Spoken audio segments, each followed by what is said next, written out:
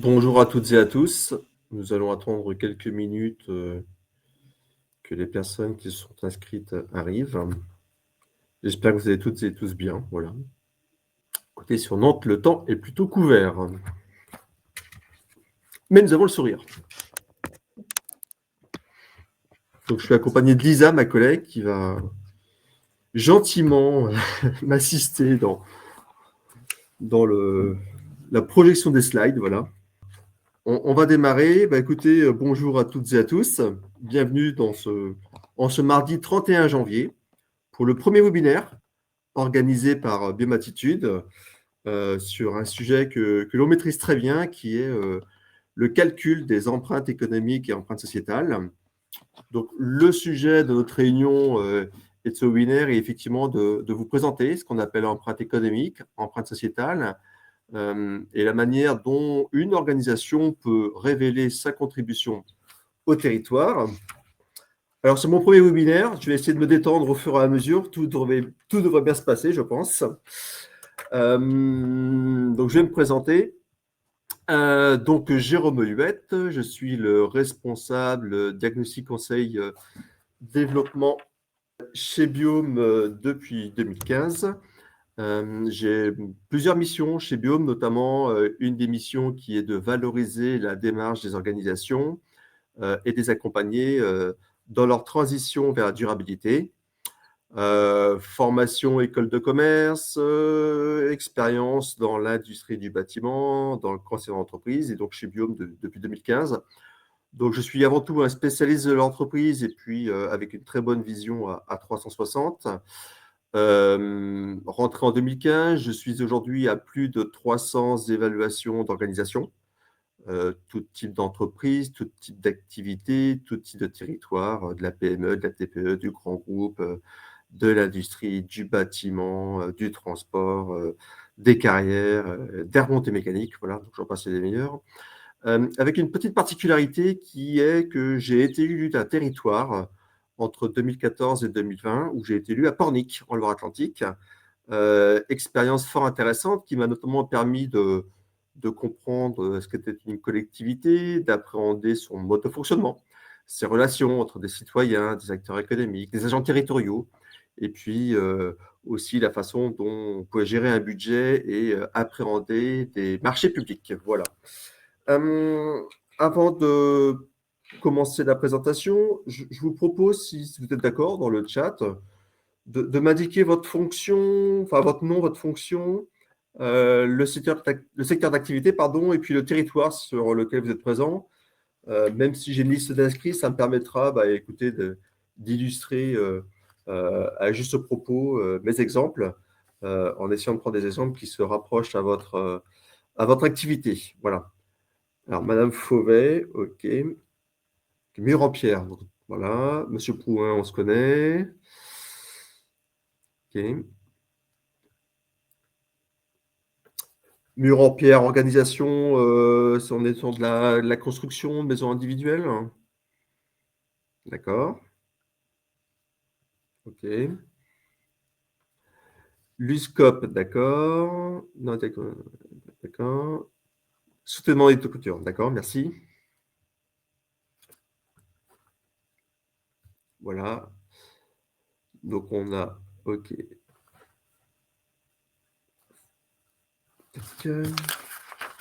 Matelas et semis, d'accord. Écoutez, sans faire de jeu de mots, je vais essayer de ne pas vous endormir, ce serait bien. Ok, très bien. Écoutez, merci beaucoup. Écoutez, je propose que l'on commence tout de suite par notre sujet. Donc, effectivement, empreinte économique, empreinte sociétale, comment révéler sa contribution au territoire, c'est notre sujet de ce matin. Je vous propose cinq étapes pour après. Oui, le support, nous pourrons vous le communiquer. Et à titre indicatif, nous enregistrons la vidéo. Voilà. Donc, je pense que Lisa, ma collègue, la postera sur les réseaux sociaux le cas échéant. Voilà. Donc, je vous propose une démonstration, si je puis dire, en 5 étapes. On va commencer par parler un petit peu verbatim. Qu'est-ce qu'on appelle organisation, territoire, interaction. Ensuite, nous parlerons des bénéfices de calculer et de révéler sa contribution au territoire. Un aspect important qui est la méthodologie.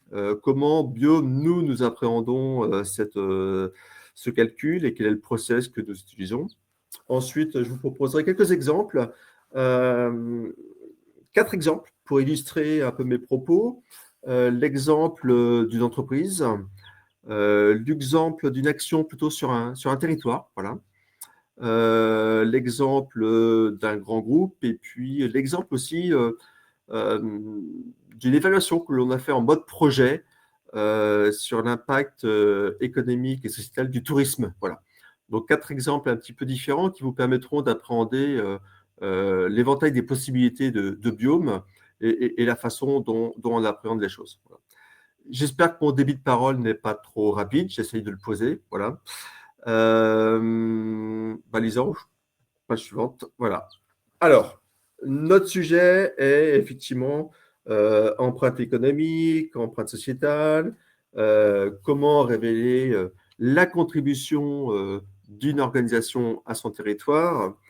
Donc déjà, pour commencer, une organisation, c'est une entreprise, c'est une association, c'est une collectivité, c'est un collectif qui évidemment est présente sur un territoire, territoire avec lequel elle interagit. Alors, cette notion de territoire, habituellement, est plutôt une notion géographique, dont souvent le contour dépend de différents paramètres.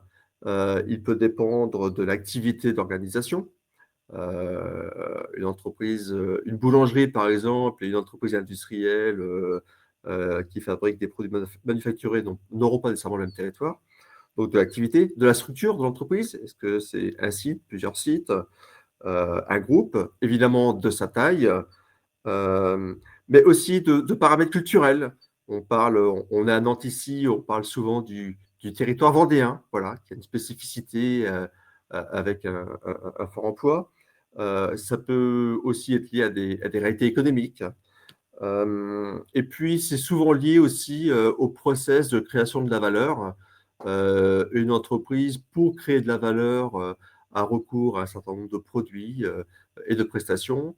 Et ben, bien évidemment, en fonction de son activité, ces 10 produits ou prestations ne sont pas nécessairement à proximité, mais peut-être à plusieurs centaines de kilomètres, ce qui fait que cette notion de territoire peut être variable. Voilà.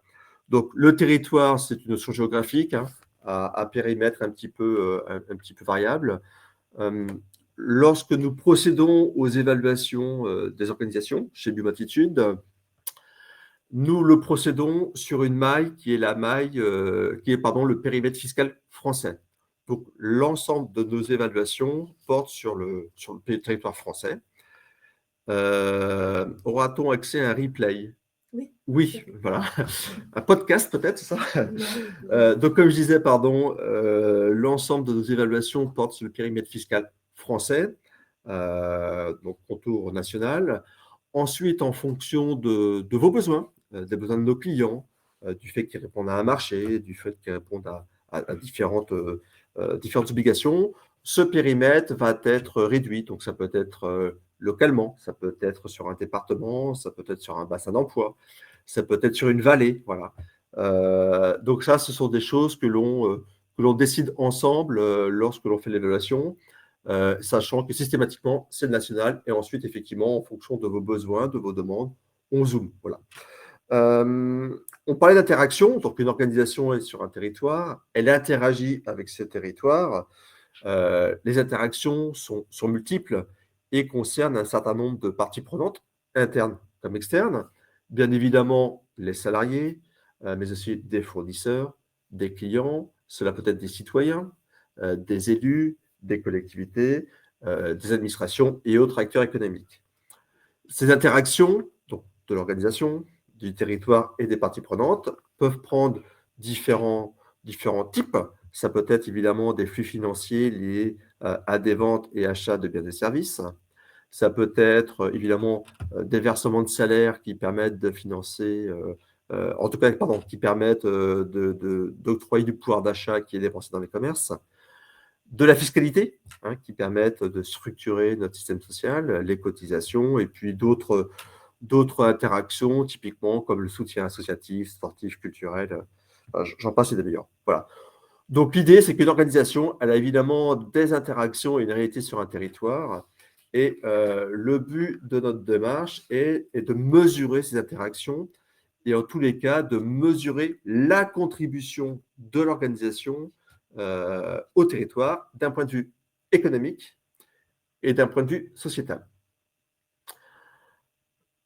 Quelle que soit l'organisation, elle fait des choix, elle prend des décisions. Ces choix, ces décisions, qui sont motivées par différents paramètres, vont générer des flux et des interactions. Ces flux financiers, chez Biomatitude, nous les exploitons de deux manières, afin de calculer deux indicateurs. Un premier indicateur que nous appelons la contribution économique ou empreinte économique, et un second indicateur que nous appelons la contribution sociétale ou empreinte sociétale. Alors, qu'est-ce que l'un, qu'est-ce que l'autre? La contribution économique permet, si je puis dire, de matérialiser l'ancrage de l'organisation sur son territoire. Alors, territoire national, ensuite effectivement sur le territoire que l'on aura décidé, enfin en tout cas mailler ensemble. Elle permet d'identifier le lien économique. Et quelque part, cette empreinte économique répond un peu à la question: où va l'argent? Je suis en entreprise, j'achète des produits, des matières premières. Est-ce que mes achats sont réalisés de manière locale, régionalement, en France ou à l'étranger? Donc la contribution économique, c'est où va le flux financier, sachant que dans la démarche bio, on s'arrête au premier niveau. Voilà. J'achète des produits, des matières premières. Ce qu'on va regarder, ce n'est pas la provenance de la matière première, mais là où l'entreprise va acheter la matière première. Voilà. Si je suis une entreprise de menuiserie et que je vais acheter du bois chez Leroy Merlin, pour faire simple, c'est bien chez Leroy Merlin que je vais avoir un flux financier qui va se matérialiser, enfin, qui va aussi matérialiser le fait que Leroy Merlin a des bâtiments, a des locaux, a des collaborateurs, a des actions environnementales, du soutien associatif ou pas. Donc, c'est vraiment l'endroit où le flux financier va. Ça, c'est le premier indicateur qui permet donc effectivement d'identifier où va l'argent. Le second indicateur, qui est beaucoup plus intéressant pour nous, permet de mesurer l'engagement ou l'implication de l'organisation sur son territoire. C'est ce qu'on appelle la contribution sociétale ou l'empreinte sociétale. C'est quelque part la réponse à la question: comment est recyclé mon argent? Ou de quelle manière, j'ouvre les guillemets, vertueuse mon argent est recyclé? Et en fait, il permet de matérialiser la dynamique ou la contribution de l'organisation à répondre au développement durable du territoire. Donc, c'est la partie du budget, du chiffre d'affaires, qui va être utilisée par l'entreprise pour répondre à des enjeux d'emploi, de formation, de santé, de sécurité, d'amélioration énergétique, de protection de la biodiversité, d'innovation et d'application sur le territoire. C'est ce qu'on appelle l'empreinte sociétale. Voilà. Pour illustrer mes propos, donc comme je disais, l'empreinte économique et l'empreinte sociétale sont la conséquence des choix et décisions des dirigeants. Vous avez à l'écran ce que l'on appelle le schéma vertueux ou le cercle vertueux de l'entreprise. Les deux X orange matérialisent l'empreinte économique, donc où va l'argent, et puis les deux X bleus matérialisent l'empreinte sociétale, donc de quelle manière vertueuse, si je puis dire, mon argent est recyclé sur le territoire. Pour illustrer mes propos, je vais prendre l'exemple d'une entreprise industrielle dont le métier est de fabriquer des aires de jeu pour les enfants. Voilà. Imaginons que je sois une collectivité, donc je suis le client hein, qui pousse ce petit caddie, et je vais effectivement donner 100 euros, on va faire simple, 100 euros à l'entreprise industrielle pour avoir en contrepartie, c'est la flèche du haut, un service qui est la fourniture et la pose d'aires de jeu pour les enfants. Voilà. L'idée, c'est quoi? C'est que l'entreprise industrielle en question, pour donc assurer sa mission de concevoir, fabriquer et poser des aires de jeu, va faire des choix, va prendre des décisions Ces choix, ces décisions, en fonction de leur nature, de leur origine et de leur destination, vont avoir un impact économique et sociétal différent sur le territoire. On va prendre 5 exemples. On va prendre l'exemple de la main-d'œuvre. Effectivement, pour pouvoir produire et fabriquer mes aires de jeu, je vais, le cas échéant, avoir besoin de main-d'œuvre.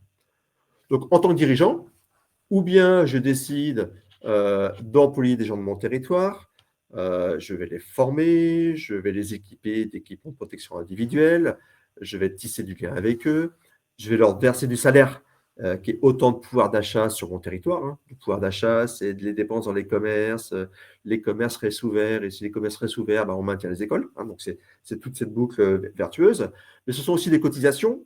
Je crois qu'aujourd'hui, il y a le sujet des retraites. Nos cotisations permettent de financer notre système social. Donc, en tant que dirigeant, ou bien j'embauche des personnes de mon territoire avec une certaine dynamique, ou bien je décide de recourir à du personnel intérimaire détaché de l'étranger. De cette décision, l'impact économique et sociétal sur mon territoire est différent. Deuxième exemple, je suis un fabricant d'aires de jeu et dans mes aires de jeu, je vais acheter des matières premières.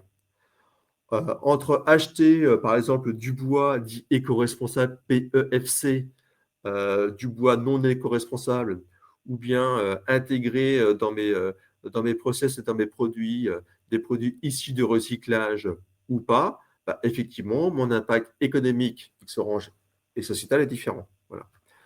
Troisième exemple, pour produire mes aires de jeu, j'ai une industrie, j'ai des bâtiments, et ben, dans ces bâtiments, je peux décider de laisser les néons et de ne pas avoir d'action d'amélioration énergétique de mon bâtiment, ou je peux décider bah, de faire du relamping, de mettre des coupes, des portes isolantes, je peux décider de mettre à disposition dans ce bâtiment un espace collaboratif que je partage, pourquoi pas, avec d'autres entreprises de mon secteur d'activité, enfin, en tout cas de ma zone artisanale. Donc, en tant qu'entre dirigeant, j'ai ce choix. Quatrième exemple, pour livrer mes produits, eh bien, où je le fais par conteneur via des fleuves.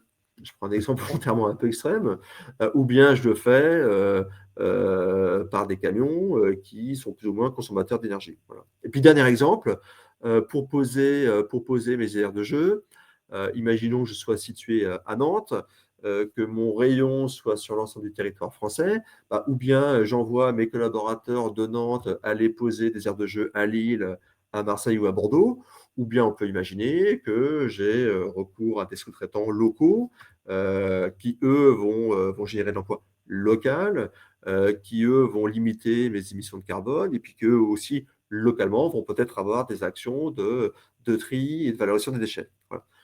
Donc, sur cet exemple, on voit qu'effectivement, chaque organisation fait des choix et des décisions, et que ces choix et décisions, en fonction de leur nature et de leur destination, vont avoir un impact économique X-Orange et sociétal différent. L'idée, c'est quoi? L'idée, pardon, de calculer ces deux indicateurs, c'est que mon client, là je reprends l'exemple de la collectivité, à travers son acte d'achat, non seulement elle va acheter un produit et un service qui est une aire de jeu, mais en même temps, elle va aussi acheter quelque part un impact économique et sociétal à travers son choix. Voilà.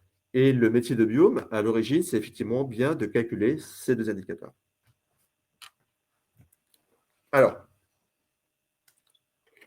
avant de vous présenter le process qui nous permet d'arriver au calcul de ces indicateurs, euh, quel est l'intérêt? Quel est l'intérêt de calculer et de révéler sa contribution au territoire? Alors, l'intérêt, il est notamment de faire valoir, de communiquer et d'avoir un échange avec un certain nombre de parties prenantes. Ce sont des collaborateurs, ce sont des clients, ce sont des élus, ce sont des financeurs, ce sont des salariés, ça, des citoyens, des associations. Le premier intérêt de calcul de l'indicateur, c'est le petit picto en bas à droite, à gauche à droite, en bas à gauche, pardon. C'est que ça permet de prouver par un indicateur non contestable, et je reviendrai sur cet aspect non contestable tout à l'heure, la contribution économique et sociétale de l'entreprise sur le territoire. C'est vraiment un indicateur qui permet de prouver et d'ancrer, d'appréhender la façon dont l'organisation est ancrée sur son territoire. Voilà. Hem, c'est un calculer son indicateur, est un process qui permet aussi, d'identifier, de progresser et d'enrichir. Dans notre process, on va identifier un certain nombre de pratiques. Donc on va donner à l'entreprise ou à l'organisation une image, si je puis dire, de ces pratiques. Ça permet, le cas échéant, de progresser, en tous les cas de mettre en place des plans de progrès, des plans d'action. J'ai identifié des pratiques, je suis plus ou moins engagé, donc effectivement, est-ce que derrière, je mets en place des pratiques qui me permettent de progresser? Je reprends l'exemple de mon industriel qui crée des aires de jeu. J'ai identifié que j'utilisais des matières premières, lambda, et que finalement, bah, en utilisant, en remplaçant ces matières premières ou en incluant dans mes matières premières des produits issus de recyclage, et ben, peut-être que je peux progresser d'un point de vue environnemental, d'un point de vue économique et d'un point de vue sociétal. Donc effectivement, ça permet de progresser, de mettre en place des plans d'action. Ça permet aussi d'enrichir.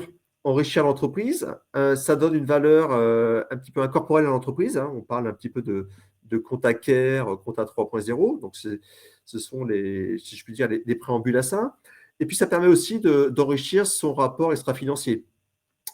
Certaines entreprises, en fonction de leur taille, de leur activité, ont l'obligation de produire ce que l'on appelle des déclarations de performance extra-financière, des DPEF, qui vont être remplacés bientôt par ce qu'on appelle la CSRD.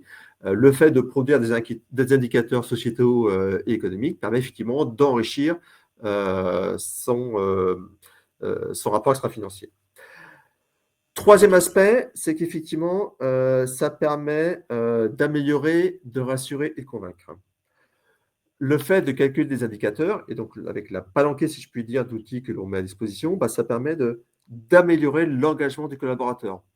Un certain nombre d'activités de métiers sont en tension sur les emplois. On parle de marque employeur. Bah, effectivement, le fait de calculer son indicateur permet, le cas échéant, de révéler et de prouver à son collaborateur l'action économique et sociétale de l'entreprise, et d'évoquer où vont les flux, si je puis dire. Ça permet de rassurer les parties prenantes, et notamment les financeurs. Je crois qu'il y a un ou deux financeurs dans l'assemblée. Aujourd'hui, on sait que les organismes bancaires vont regarder dans l'octroi de leur crédit le fait que l'entreprise, le projet ou le sujet pour lequel une demande de financement est sollicitée est réalisé plutôt dans une dynamique sociétale. Voilà. Donc, ça permet effectivement de rassurer, le cas échéant, les financeurs. Ça permet aussi de convaincre. Je suis une organisation, je suis sur un territoire, j'ai besoin, pour une raison X ou Y, d'agrandir mon usine, de demander une modification du PLU, ou bien de demander une modification du plan de mobilité de la collectivité pour qu'un arrêt de bus arrive devant mon usine. Bah, effectivement, ça permet de convaincre les élus. Voilà, je suis une organisation privée, publique, sur un territoire, j'utilise des ressources, j'ai un rôle important. Ben, monsieur l'élu, monsieur le maire, monsieur le président de l'agglomération, voilà de quelle manière j'interagis sur mon territoire, et quelque part en œuvrant, ou en tous les cas en agissant avec moi afin de réaliser mes projets, eh ben, vous contribuez au fait que j'ai une action positive sur le territoire. Voilà. Et puis, dernière chose, ça permet de valoriser, de se différencier et de gagner. De valoriser, ça permet de valoriser le modèle de l'entreprise et ses engagements. Ça permet de se différencier de mes concurrents. Voilà. Je suis fabricant d'aires de jeu, je ne suis pas seul sur le territoire français. J'ai potentiellement des concurrents en France, mais aussi et surtout à l'étranger. Voilà. Donc le fait de dire, voilà, je vends des produits de telles caractéristiques à tel prix, et en achetant mes produits, non seulement vous achetez mes produits, mais vous achetez aussi un service, vous rendez quelque part un service sociétal au territoire, bah, c'est quelque chose qui n'est pas neutre.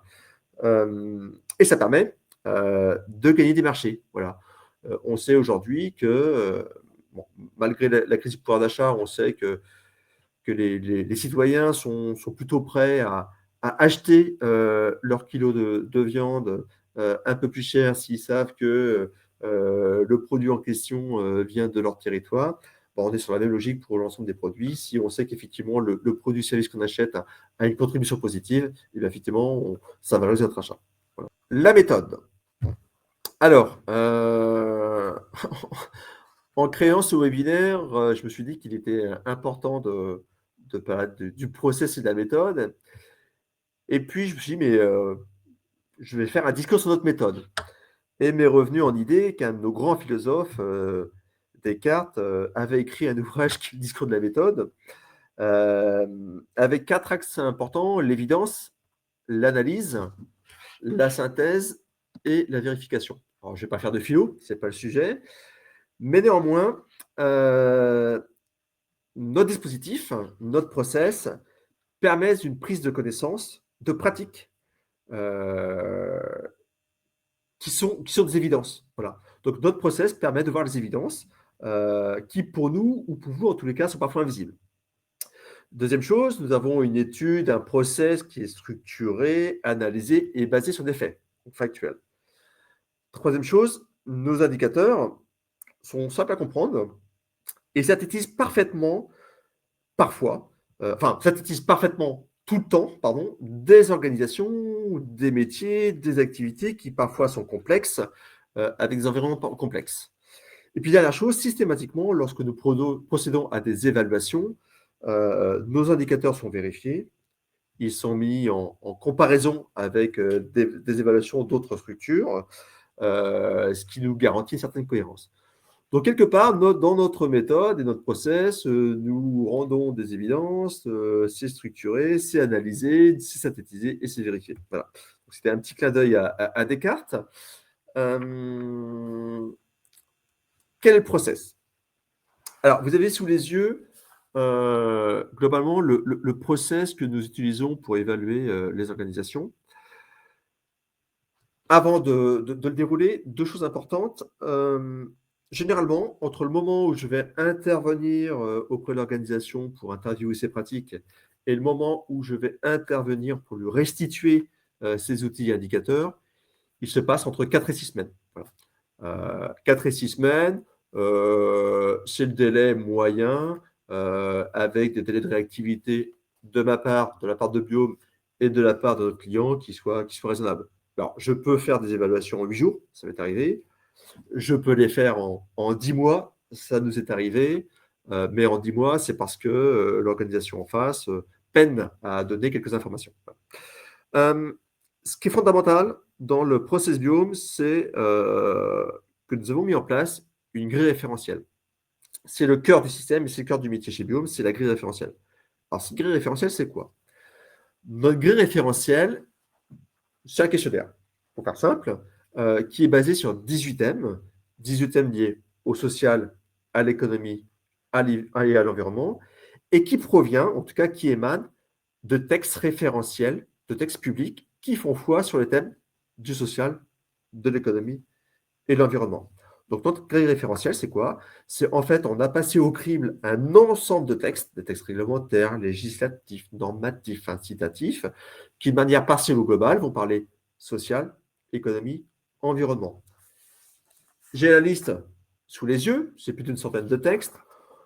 On parle donc de code du travail, de code de l'environnement, de la loi à venir, de plans climat-énergie territoriaux, de loi Egalim, de Grenelle 1, de Grenelle 2, d'ISO 26000, d'ISO 14001, d'ISO 50001, d'ISO 45001 sur la santé et sécurité, etc., etc. Donc que des textes qui font foi sur les thèmes du social, de l'économie et de l'environnement, y compris les ODD.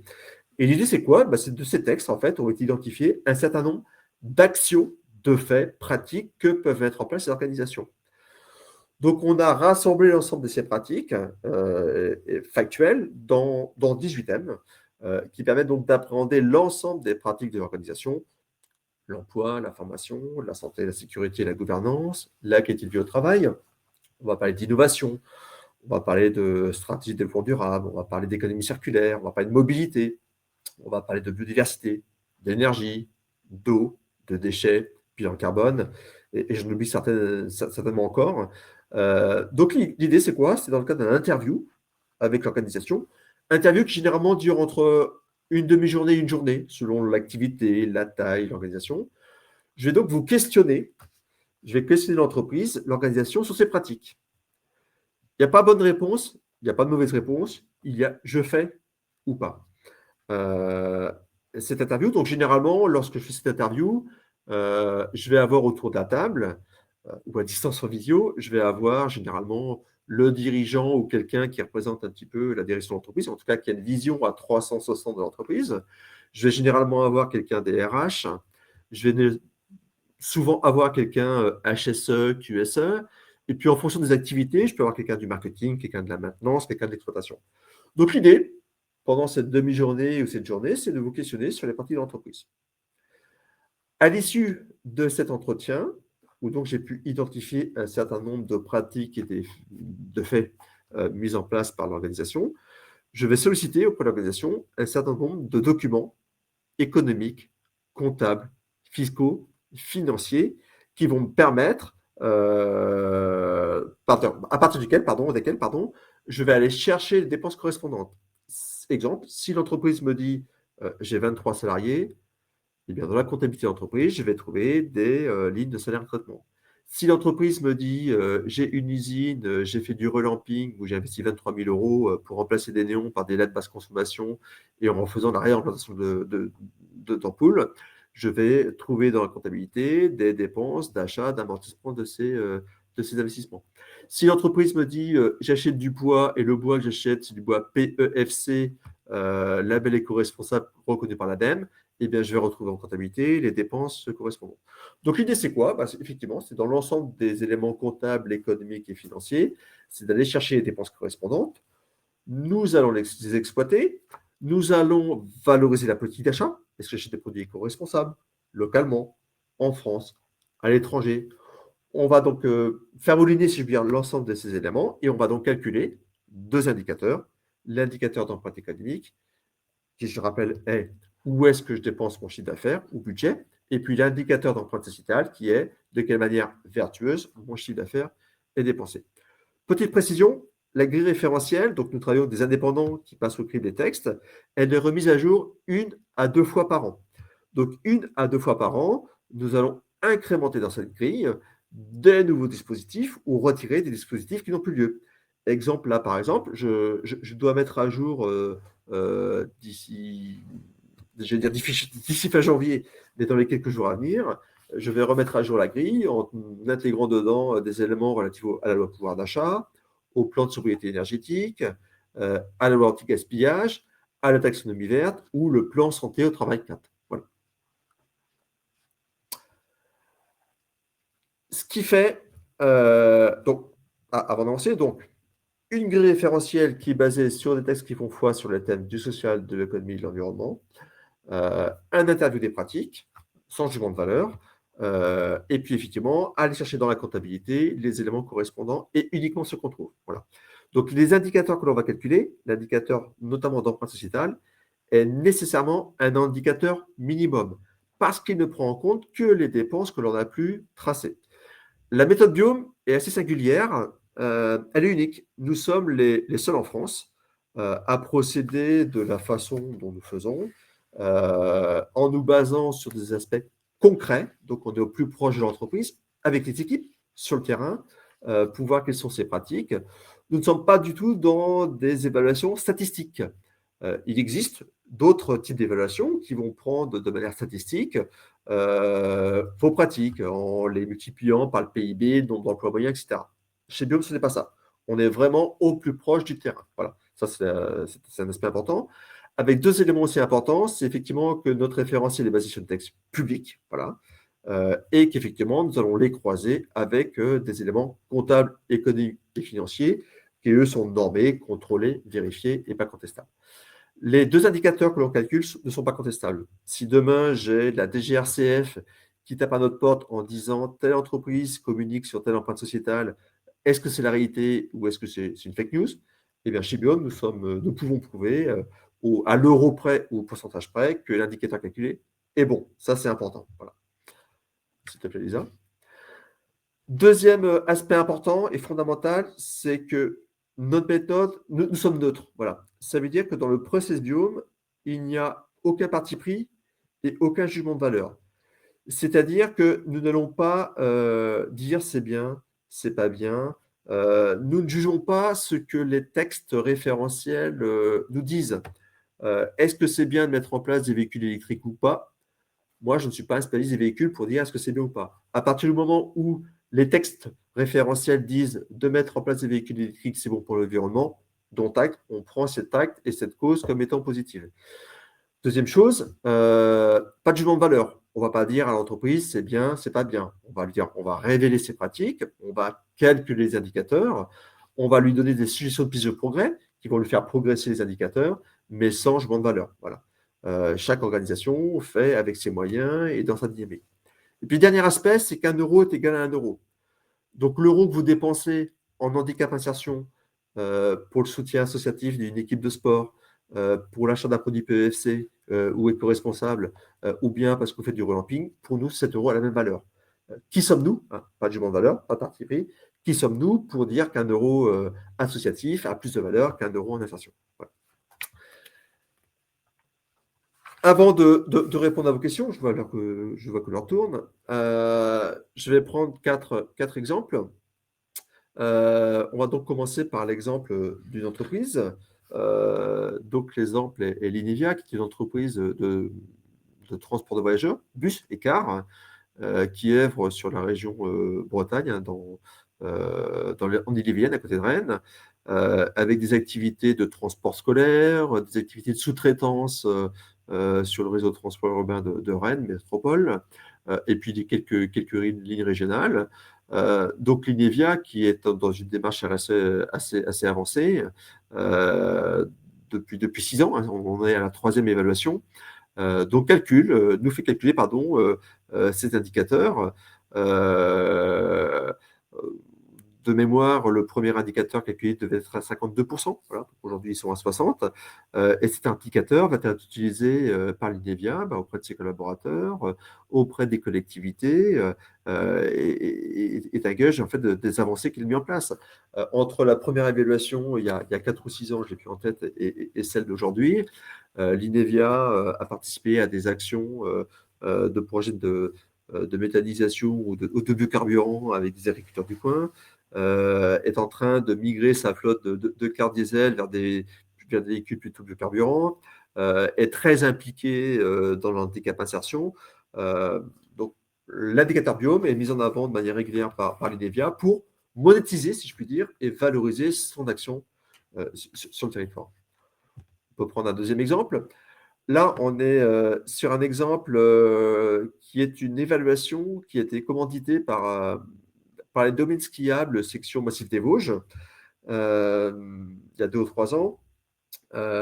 Donc là, vous avez par exemple 2 exemples de visuels que l'on a produits pour nos clients.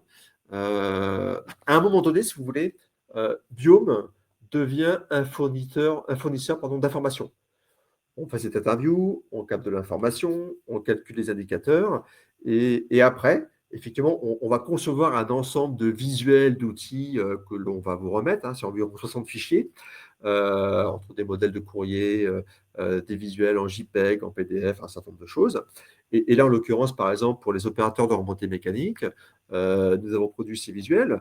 Là, l'exemple était le souhait de la section du Massif des Vosges, financé notamment par le Massif des Vosges, et puis avec une demande du Haut Commissaire Massif des Vosges, était de pouvoir appréhender quelle était la contribution économique et sociétale des opérateurs de remontée mécanique du Massif des Vosges.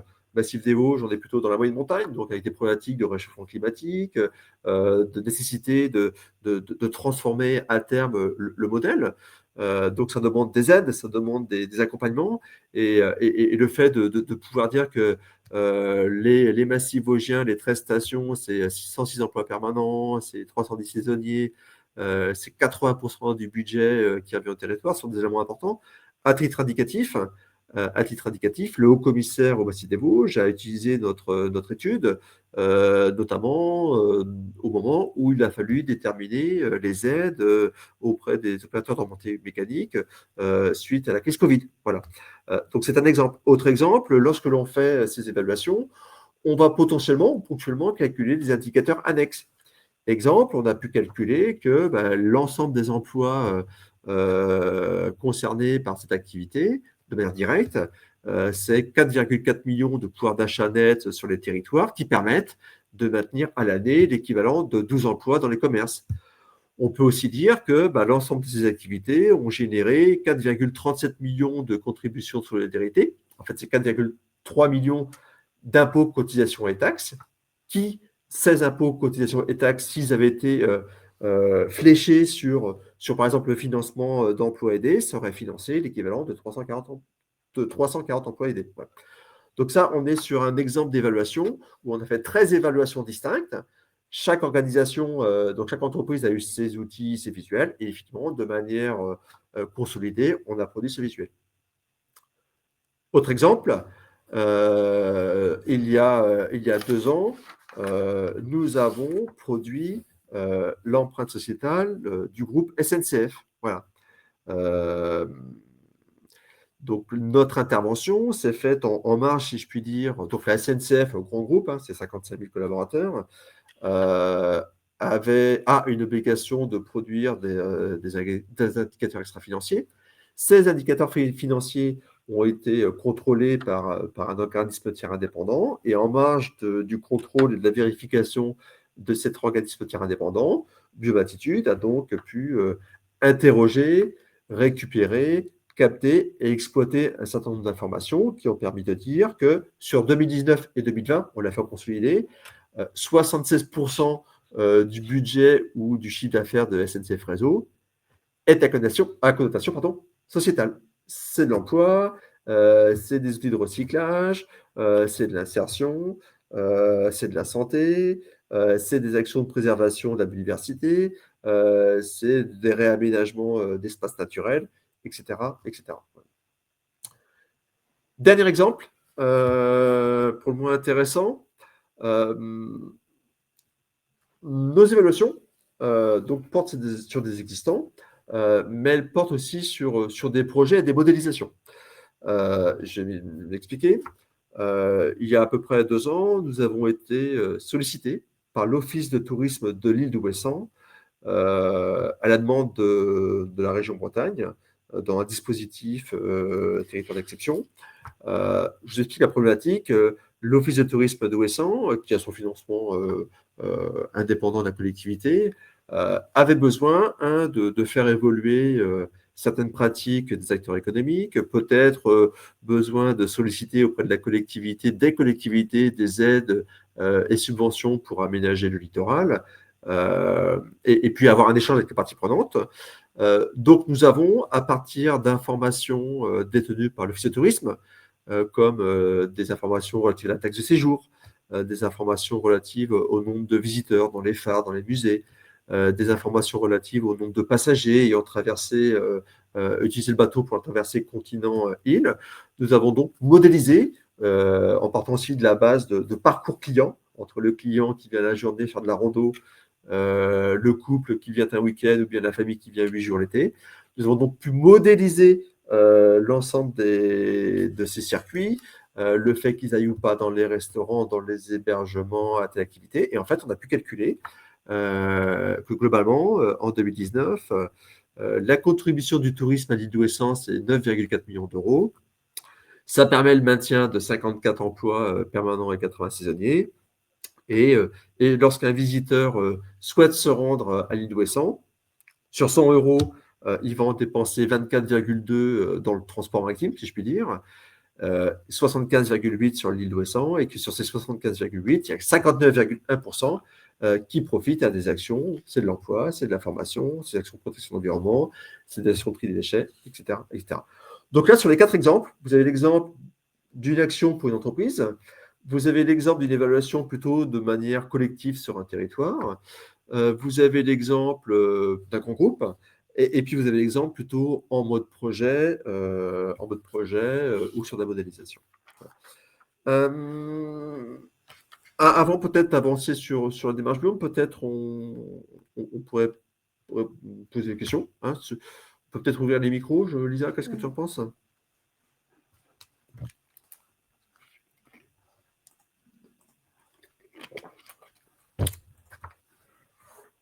Alors moi je vous vois pas, mais je peux lire le chat.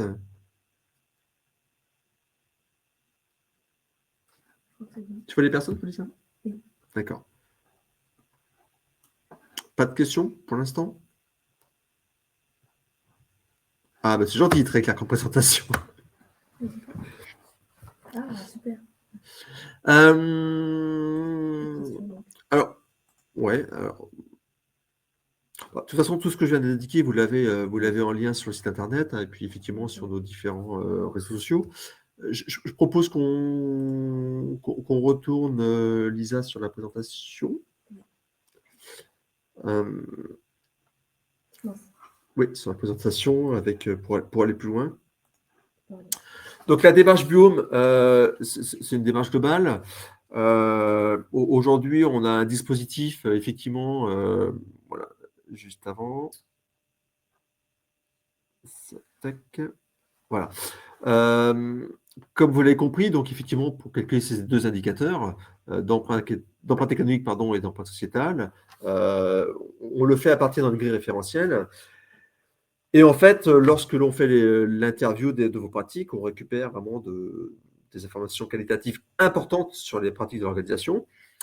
Donc, on a structuré nos outils livrables pour aujourd'hui produire, enfin depuis 2 ans, on le fait depuis 2 ans, on produit aujourd'hui, je répondrai à la question après, on produit aujourd'hui des états des lieux RSE, avec 3 outils que je vais vous présenter rapidement après, qui permettent, d'évaluer quelles sont les pratiques, 2, d'imaginer les pistes de progrès, évidemment avec les indicateurs que je vous ai présentés, d'identifier et de valoriser son impact économique et sociétal. Depuis une petite année, nous sommes facilitateurs du bilan carbone. Voilà. Donc, nous faisons des bilans carbone. En tous les cas, on est la courroie de transmission avec une organisation qui fait du bilan carbone, ce qui vous permet d'avoir un seul interlocuteur. Donc, on a vraiment un dispositif qui est tourné vers la durabilité, voilà, qui permet d'appréhender les pratiques, d'évaluer sa maturité, la façon dont on contribue aux objectifs de développement durable, de comprendre et mesurer ses impacts économiques, sociétaux, climatiques, on vient de le dire. Et puis l'ensemble des outils permettent aussi d'agir, de mettre en œuvre une dynamique, de fixer des objectifs, de mettre en place des actions, des indicateurs. On a mis en place une formation qui permet de former les gens, de les aider à comprendre la RSE, de donner du sens. Il n'est pas rare que, par exemple, j'intervienne suite au diagnostic pardon, d'une organisation, j'intervienne une journée en formation auprès des collaborateurs et qu'à l'issue de cette journée, naisse un copil RSE. Copil RSE que je vais accompagner derrière en animation. On va faire des ateliers sur la cartographie des parties prenantes, sur comprendre quels sont les enjeux de l'entreprise, mais aussi de l'activité et du territoire. Les enjeux d'une entreprise qui construit des aires de jeu à Perpignan ou bien d'un opérateur de remontée mécanique dans les Alpes du Sud ne sont pas les mêmes. Voilà. Donc, c'est important de les identifier. Et puis, on va accompagner l'entreprise à définir ses objectifs et en tout cas à mettre en place des actions. Voilà. Avec la définition d'indicateurs, de suivi et de pilotage des actions. Donc, nous, on va s'assurer, si je puis dire, de la cadence et de la maintenance, enfin, du fait de maintenir cette cadence, pardon. Une petite illustration, mais que vous retrouverez de manière beaucoup plus lisible sur le site internet, des quelques visuels sur la partie diagnostic RSE, les indicateurs d'engagement. En bas à droite, la contribution aux objectifs de développement durable de l'ONU et puis un rôle bilan carbone. Voilà. Bon, voilà, Biome, donc c'est vraiment une démarche globale. Est-ce que vous faites le lien avec l'impact négatif de l'organisation? Alors, oui et non.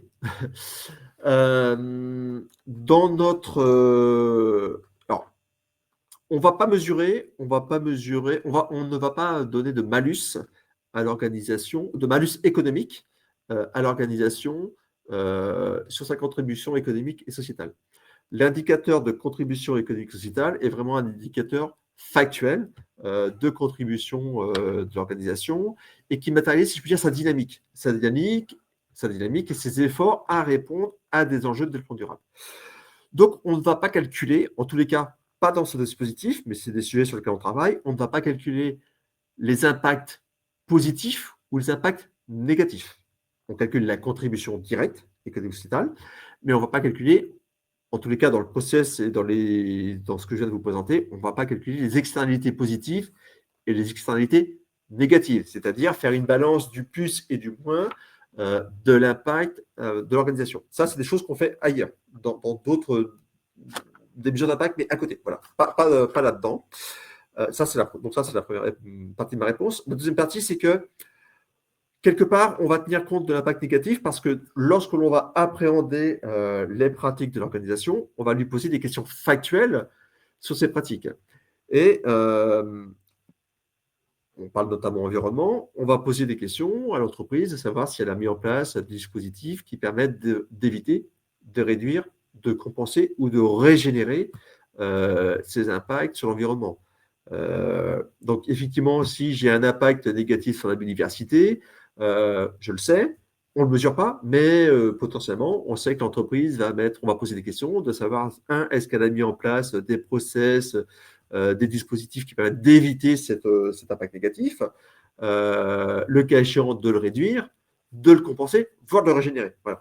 Donc, en fait, on va vraiment identifier ces pratiques et puis les valoriser en termes de dynamique dans les indicateurs. Voilà.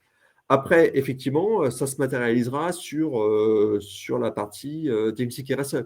Si je suis une entreprise qui a un impact négatif sur la biodiversité, on le sait parce que mon activité fait que, mais qu'elle ne fait rien, ce sera tout de suite matérialisé dans les diagnostics RSE, d'un côté, et puis dans l'autre, dans la partie indicateur, on n'aura pas cet effet positif de la dynamique. Je ne sais pas si j'ai répondu à votre question. Mais on est vraiment sur une démarche dynamique, hein, d'impact, de dynamique et de dynamique.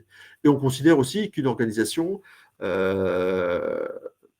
qui pollue, pour faire simple, elle entre dans une logique de réglementation et de contrôle par l'ADRAL et l'État. Il faut savoir que l'ensemble de ces dispositifs de conformité sont intégrés dans notre grille référentielle. Dans notre grille référentielle, pour illustrer mes propos, je vais poser des questions pour savoir si l'entreprise a mis en place un document unique. Alors tout le monde donne bien, bah oui, mais c'est une obligation. Et ben, on s'aperçoit que certaines organisations n'ont pas de document unique. Donc, à travers notre interview, on va donc questionner l'entreprise pour savoir si elle a mis effectivement en place ou pas les dispositifs qui permettent d'être en règle et puis d'éviter, réduire, compenser et régénérer. Voilà. Est-ce que vous avez d'autres questions? Biome, comme dernière slide, le d'après. Donc, Biome fait partie d'un groupe qui s'appelle Expert Conseil, qui avait une expertise comptable et société de conseil qui est sur l'île, hein, avec des bureaux notamment à Nantes, à Dunkerque et à Beaumont. C'est environ 70 personnes dans le groupe. À titre indicatif, Axis Expert Conseil est devenu le premier cabinet comptable de plus de 50 personnes à devenir société à mission il y a un peu plus d'un an et demi. Et une des structures du groupe Expert Conseil est aussi devenue organisme de tiers indépendant, donc OTI, notamment pour les sociétés à mission. Voilà. Et puis en termes de référence, donc Biome, c'est plus de 600 structures évaluées, aussi bien de la PME, de la TPE, on est très présent, souvent sollicité par Keolis, notamment sur des marchés publics de transport urbain. On travaille aussi bien avec des mutuelles, on travaille avec l'UDA, en tout cas, des acteurs de l'économie sociale et solidaire. On est très implanté auprès de l'ESS.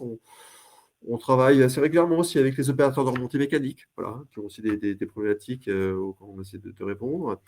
On travaille avec les collectivités, on travaille avec des blanchisseries, on travaille avec des entreprises de recyclage, on travaille vraiment avec tout type d'organisation et d'entreprise. Voilà. Nos outils, c'est vraiment, c'est ce que vraiment dans une dynamique de transition. Hein. Aujourd'hui, on parle de transition vers une durabilité. Le fait, d'identifier, d'évaluer, mettre en place des actions, de se former et de s'engager, on est vraiment dans cette dynamique et c'est ce qu'on s'efforce de faire au quotidien, ce que je m'efforce de faire au quotidien, toujours au plus proche des clients, de leurs problématiques et en étant proche du terrain. Voilà. Je ne sais pas si vous avez d'autres questions à me poser. Bah, écoutez, je suis ravi. Je vois que j'ai tenu le timing. J'espère avoir été suffisamment clair dans mes propos. Bah, écoutez, n'hésitez pas à revenir vers nous. Quel quotidianistique. Je vais prendre l'exemple d'une structure d'une cinquantaine de personnes, allez, 100 personnes, qui souhaitent avoir son état des lieux RSE avec le biomètre, le radar d'engagement, la contribution aux ODD et le calcul des 2 indicateurs. Ce diagnostic est facturé un peu moins de 4 000 € hors taxe. Voilà. Voilà. Donc ensuite, on est sur un budget entre 3 600 et 4 000 € hors taxe pour une entreprise d'une centaine de personnes. Entre l'interview, les livrables d'INSEE RSE et les indicateurs. Nos outils sont marketés pour 2 ans. Alors pourquoi 2 ans? Parce qu'entre le moment où on intervient pour faire un interview, le moment où on fait la restitution, et puis le fait que l'entreprise mette en place des actions pour évoluer, il peut se passer un peu de temps. Et très souvent, on réintervient au bout de 2 ans pour refaire le diagnostic RSE, recalculer les indicateurs et puis montrer la marge manœuvre. Ce qui est important, c'est pas nécessairement. Ce qui est important, c'est la dynamique. Voilà. Factuellement, j'ai des pratiques à l'instant T. Ce qui est important, c'est de mesurer la dynamique et puis si je puis dire, d'embarquer ses collaborateurs, ses parties prenantes et d'engager ces parties prenantes avec soi. Voilà ce qui est important. Bah, écoutez, je vous remercie de votre disponibilité. Je vous souhaite une belle journée, puis une agréable semaine. Et puis bien évidemment, nous sommes à votre disposition pour répondre à vos questions. La présentation sera communiquée, hein, Lisa, tu t'occupes de ça. Et puis, je pense que la vidéo sera mise en ligne aussi. Voilà. Merci à toutes et à tous. Je vous souhaite une bonne journée et puis bon courage. Merci.